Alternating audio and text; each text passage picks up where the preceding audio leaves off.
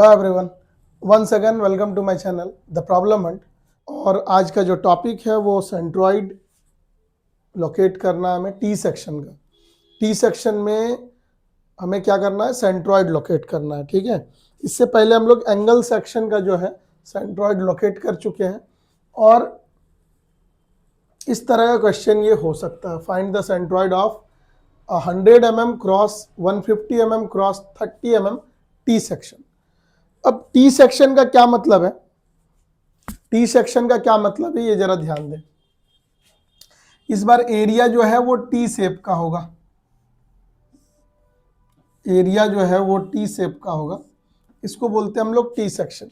ये भी दो दो रेक्टेंगल से बन के मिलके बनता है। ठीक है, अच्छा, एक हॉरिजेंटल रेक्टेंगल दिख रहा है और एक वर्टिकल टाइप रेक्टेंगल दिख रहा है। वर्टिकल टाइप रेक्टेंगल को हम लोग वेव भी बोलते हैं और इसको क्या बोलते हैं, फ्लैंज भी बोलते हैं। ठीक है, कभी कभार फ्लैंज और वेव के टर्म में क्वेश्चन दिया रहता है तो उसको भी समझना होगा आपको, है ना। बट ये क्या है, अगर ये डायमेंशन को भी समझना, अगर डायरेक्ट टी सेक्शन का डायमेंशन दे दिया तो इससे क्या समझेंगे हम।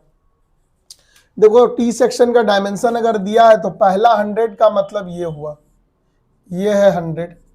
दूसरा 150 मतलब इस कॉर्नर से नीचे, ये है 150। और 30 का मतलब ये 30, ये 30। ठीक है ना, 30 का मतलब ये 30, ये 30।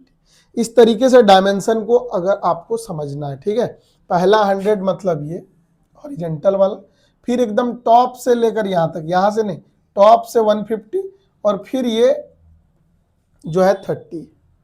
ठीक है, तो इस तरीके से आपका टी सेक्शन बनेगा। या फिर इसी क्वेश्चन को अलग तरीके से आपसे पूछा जा सकता था कि find the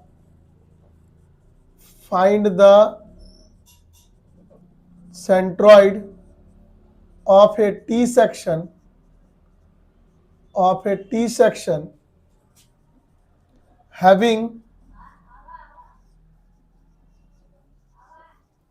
having flange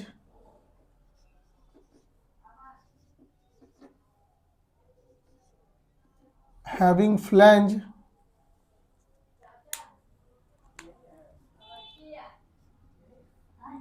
100 mm cross 30 mm and wave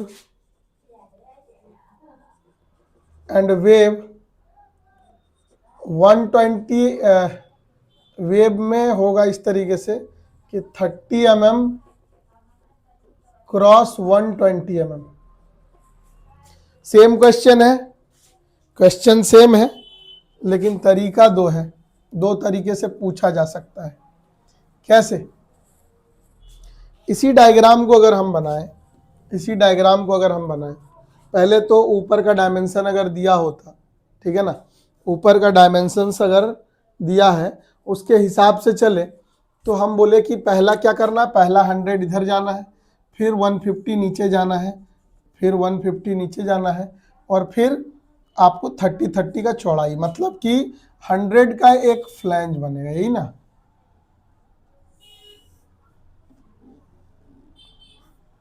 ये कितना होगा, 100 mm पहले इधर गए और 150 जो है नीचे जाना है ना। तो जरा ध्यान दीजिए, यहां से पहले हम गए 100 और ये 30, इधर भी 30, इधर भी ये जो भी बनेगा ये भी 30। ठीक है ना, तो एक बात समझिए, ये अगर इतना हो गया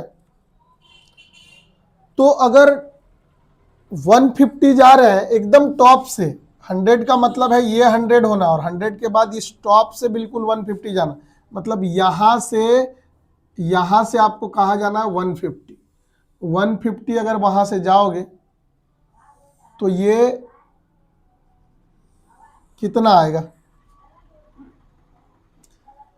देखो 150 टोटल है, ये टोटल है 150, तो ये कितना हो जाएगा, अगर ये 150 टोटल है तो ये सिर्फ और सिर्फ 120 ही होगा, क्योंकि 30 तो यही है, तो 120 mm होगा।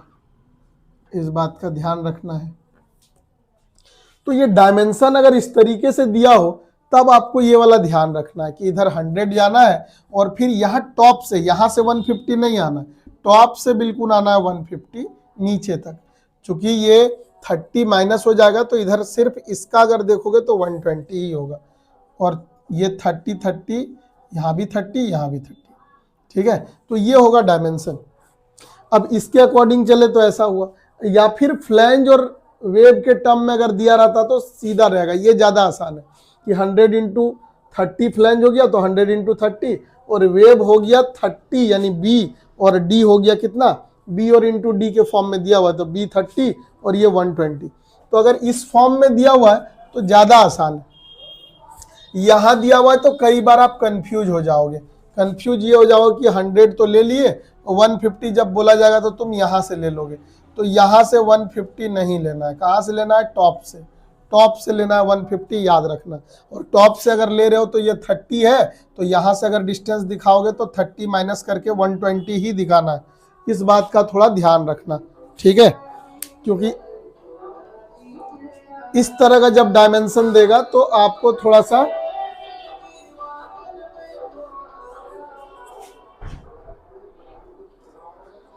इस तरह का डायमेंशन जब देगा तो आपको दिक्कत हो सकता है ना थोड़ा सा, उसीलिए ध्यान देना है कि टी सेक्शन में ये 100 और ये फिर टॉप से 150 आएंगे हम लोग, ठीक है। तो ये तो हो गया। अब आगे देखते हैं कि इसका सॉल्यूशन कैसे होगा। हम पहले बताए थे कि आपको सबसे पहले क्या कीजिए आप, इससे पहले हम लोग एंगल सेक्शन बना चुके हैं, लेकिन एंगल सेक्शन ऐसा सेक्शन था जो किसी भी एक्सिस के सिमेट्रिक नहीं था। लेकिन अगर इसको गौर से देखो तो ये एक एक्सिस के सिमेट्रिक है, एक्स के सिमेट्रिक तो नहीं है लेकिन वाई के सिमेट्रिक है, और जहां सिमेट्रिक है वहां हम एक्सिस खींच सकते हैं, ये पहले भी बताए थे। तो यहां पर बिना कैलकुलेशन हम वाई एक्सिस खींच सकते हैं जो कि बीचों बीच होगा,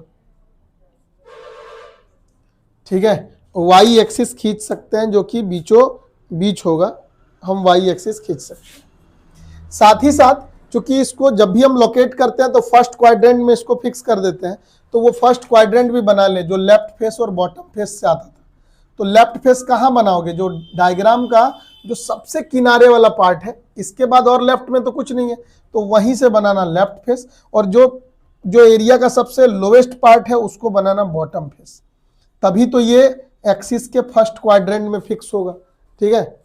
तो ये भी ध्यान रखना, इसको क्या बोलते थे हम लोग, लेफ्ट फेस, लेफ्ट फेस, और इसको क्या बोलते हैं हम लोग, बॉटम फेस, बॉटम फेस, ठीक है।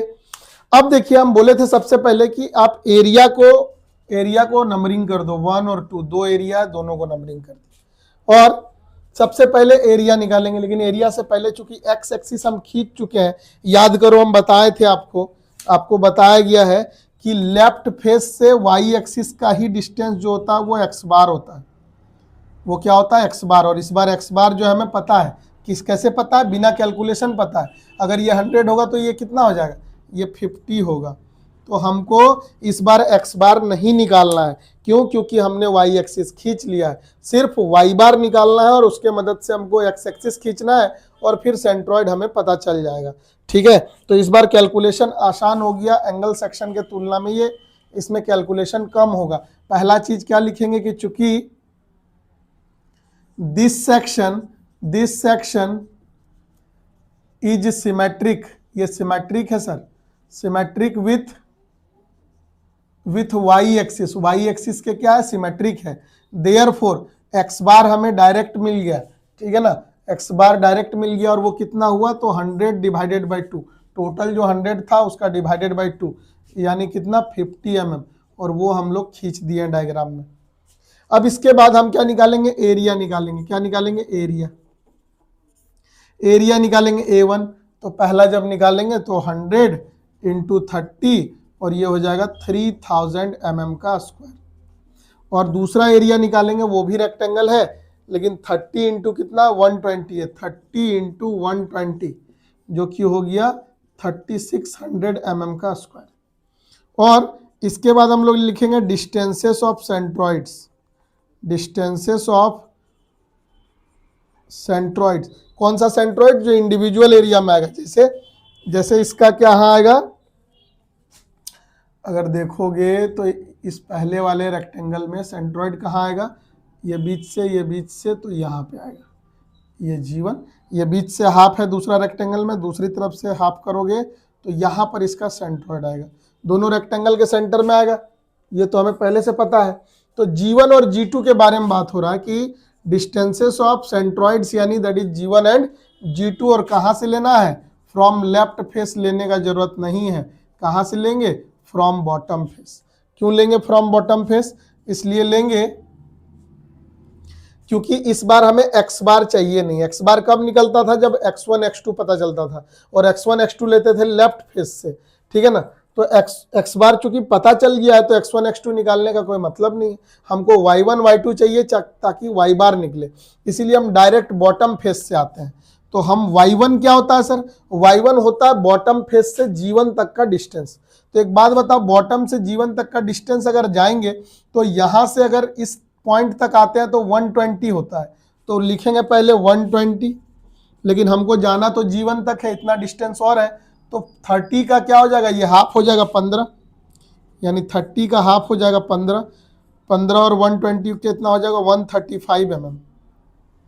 और y2 का मतलब है कि बॉटम से G2 तक का डिस्टेंस। तो बॉटम से G2 तक का डिस्टेंस अगर चाहिए तो G2 कहाँ है? 120 का हाफ है ये, ठीक है ना।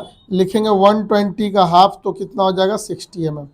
अब हमको A1 A2 Y1 Y2 पता चल गया है, तो y बार निकालेंगे। y बार कैसे निकलेगा? तो y बार इक्वल टू हो जाएगा A1 Y1 plus A2 Y2 bye A1 plus A2। A1 कितना? 3000। Y1 कितना?